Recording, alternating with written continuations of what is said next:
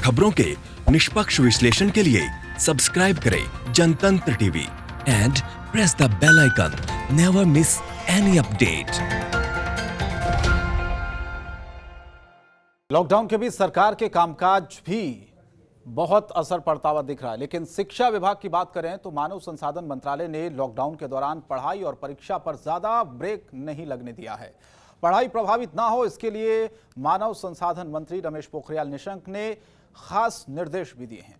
विश्व के अलग अलग देशों में मौजूद सीबीएसई छात्रों का स्कूली पाठ्यक्रम पूरा करवाने के लिए अब इन देशों के राजदूतों से संपर्क किया जा रहा है।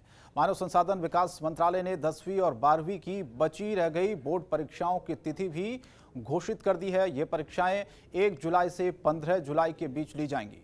मानव संसाधन विकास मंत्री रमेश पोखरियाल निशंक ने 14 मई को देश भर के शिक्षकों से आचार्य देवो भव नाम से सीधे संवाद भी करने वाले हैं और इस दौरान ऑनलाइन शिक्षा के साथ शिक्षकों की दिक्कतों पर भी चर्चा होगी।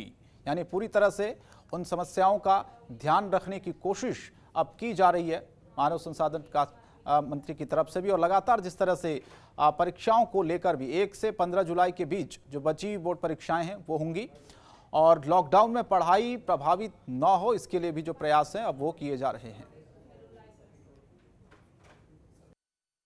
सीबीएसई बोर्ड के जो बचे हुए पेपर हैं, चाहे वो हाई स्कूल के हैं चाहे इंटर के हैं, वो बचे हुए जितने भी प्रश्न पत्र हैं वो 1 तारीख से और 15 जुलाई तक, 1 जुलाई से 15 जुलाई तक ये पेपर आपके होंगे और आपको अच्छा ये अवसर मिलेगा जब आप उसकी अच्छी सी और तैयारी कर सकते हैं। वैसे तो संपूर्ण भारत में जो इंटर के हैं वो मात्र 12 मुख्य विषय हैं और जो मुख्य 12 विषय हैं उन्हीं पर इंटर का लेना है।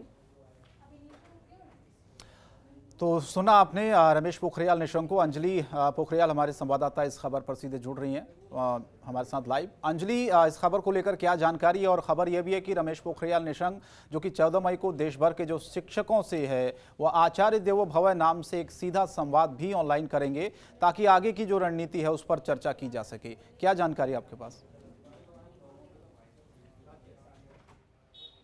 देखिए शंकर, जब से हमारे देश में कोरोना महामारी को लेकर लॉकडाउन घोषित किया गया है, अगर हम आर्थिक मुद्दों की हम शुरुआत से बात करते आए, हमारा चैनल प्रमुखता से आर्थिक जो मुद्दे हैं और जो आर्थिक जो क्या कहते हमारे जो ड्रॉबैक्स है उसको लेकर हमारा चैनल प्रमुखता से बात करता है। लेकिन कहीं ना कहीं जो एजुकेशन सिस्टम है उस पर भी बहुत बड़ा असर पड़ा है। जो मार्च अप्रैल, जब से हमारा देश लॉकडाउन में गया, मार्च अप्रैल मई जून, अगर हम ये कहें मई तक का अगर हम बात करें तो ये इनिशियल 3 महीने होते हैं जो किसी भी बच्चे के करियर के लिए बहुत इनिशियल बहुत इंपॉर्टेंट होते हैं। अगर हम बात करें मार्च में बोर्ड के सीबीएसई बोर्ड के एग्जाम्स होते हैं और आगे अप्रैल मई में जो भी सीबीएसई बोर्ड जो भी एंट्रेंस एग्जाम कंडक्ट करता है वो वाले एग्जाम्स होते हैं। तो इस लॉकडाउन के चलते वो जो एकेडमिक कैलेंडर था वो बुरी तरह ध्वस्त हो गया था। पर कहीं ना कहीं जो एचआरडी मंत्रालय है या हमारे जो एचआरडी मिनिस्टर है उन्होंने इस चीज़ को बहुत ही बैलेंस करने की कोशिश करी। इन्होंने ऑनलाइन क्लासेस की जो हम बात करेंगे, हम सब देखते हैं कि सारे स्कूलों में ऑनलाइन क्लासेस इन्होंने शुरू कर दी है। ऑनलाइन क्लासेस में इन्होंने कोशिश करी कि जो भी सिलेबस था उस सिलेबस को कवर अप करा जाए ताकि बच्चों को आगे चलकर या साल के आगे जब ये धीरे धीरे हम इस कोरोना महामारी से निपट जाएंगे और जो भी आगे एग्जाम्स होंगे, चाहे सेमेस्टर वाइज एग्जाम होंगे चाहे वो फाइनल एग्जाम होंगे, उसमें बच्चों को दिक्कत ना आए। बहुत सारे अहम कदम है जो इस बार एचआरडी मिनिस्ट्री ने उठाए हैं ताकि जो एकेडमिक कैलेंडर है वो खराब ना हो। इन्हें 40 दिन का जो लॉकडाउन हुआ है इसके बाद इन्होंने टीचर्स को वापस अपनी ड्यूटीज रिज्यूम करने के लिए बोल दिया। इसके चलते बहुत सारे प्रिकॉशनरी अपनाने हैं, जैसे सैनिटाइजेशन हो, प्रॉपर सोशल डिस्टेंसिंग हो, मास्क वगैरह वो टीचर्स अच्छी तरह पहने ताकि वो जो पेपर चेकिंग का प्रोसीजर था, जो सीबीएसई के 12th के बोर्ड का पेपर चेकिंग का प्रोसीजर वो आ जाए। उसमें अगर इसमें एक प्रावधान हो वो ये भी लेकर आए कि कुछ टीचर्स हैं जो काफ़ी दूर से आते हैं या कहीं ना कहीं वो फंसे हुए हैं, उनके घर पे वो कॉपीज़ भिजवा कर वो कॉपीज़ की रीचेकिंग इवैल्यूएशन हो मार्क का। इसी के तहत जो आगे बोर्ड के एग्जाम्स कई बच्चों के 20 तारीख के बाद 20 के बाद जो हम लॉकडाउन हुआ है उसके बाद काफ़ी सारे 10th और 12th के बोर्ड के एग्जाम्स थे जो इनिशियली 2-3 दिन सब्जेक्ट्स के छूट गए थे। चाहे हम साइंस साइड के बच्चों की बात करें 12th के या कॉमर्स ह्यूमैनिटीज़ की बात करें, जिनके एग्जाम्स और साल के मुकाबले अप्रैल तक खींचते थे, उनके एग्जाम्स अब 1 से 15 तारीख के बीच में होंगे, जो बहुत बड़ा स्टेप है।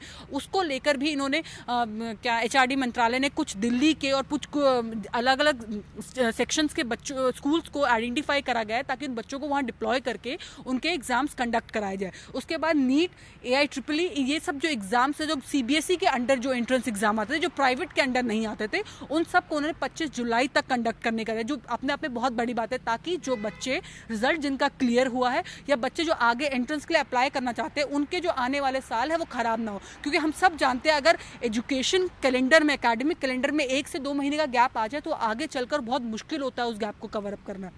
साथ ही जो हमारी टीचर्स हैं जिन्होंने इस काम आपके पेपर चेकिंग और पेपर कंडक्शन को लेकर अपना जो वापस से ड्यूटी रिज्यूम करी है, उनको लेकर भी एचआरडी मिनिस्ट्री बहुत गंभीरता से उनकी सुरक्षा को लेकर या कहा जाए कि उनको आगे फेवर करने को लेकर काफ़ी गंभीरता से सोच रहे। काफ़ी सारे मुद्दे ऐसे भी उठाए गए थे कि हमारा जो टीचिंग स्टाफ है उनको भी कोरोना वॉरियर्स के अंडर श्रेणी में लेकर आया जाए। इसको लेकर भी काफ़ी सारे पॉइंट्स ऐसे हैं जिसको लेकर एचआरडी मिनिस्ट्री सोच रही है, या आगे चलकर इसको लेकर हम कोई ना कोई एक बड़ा सुझाव मंत्रालय की तरफ से आ सकता है। अब इसमें कुछ बच्चे ऐसे भी हैं कि जिनका ऑनलाइन क्लासेस को लेकर एप्टीट्यूड सही नहीं है, वो बच्चों की भी उन स्कूल्स की भी श्रेणी बनी है। काफ़ी सारी प्रिंसिपल्स और टीचर्स की तरफ से सजेशंस आए थे एचआरडी मिनिस्टर, जिसको लेकर वो 14 तारीख को ट्विटर और सोशल मीडिया के थ्रू लाइव बात भी करेंगे उन लोगों से, जिनका कहना ये था कि जो एप्टीट्यूशनल नॉलेज, जो कुछ हम लाइव क्लासरूम से सीखते हैं, वो हम ऑनलाइन बच्चों को नहीं सिखा पा रहे।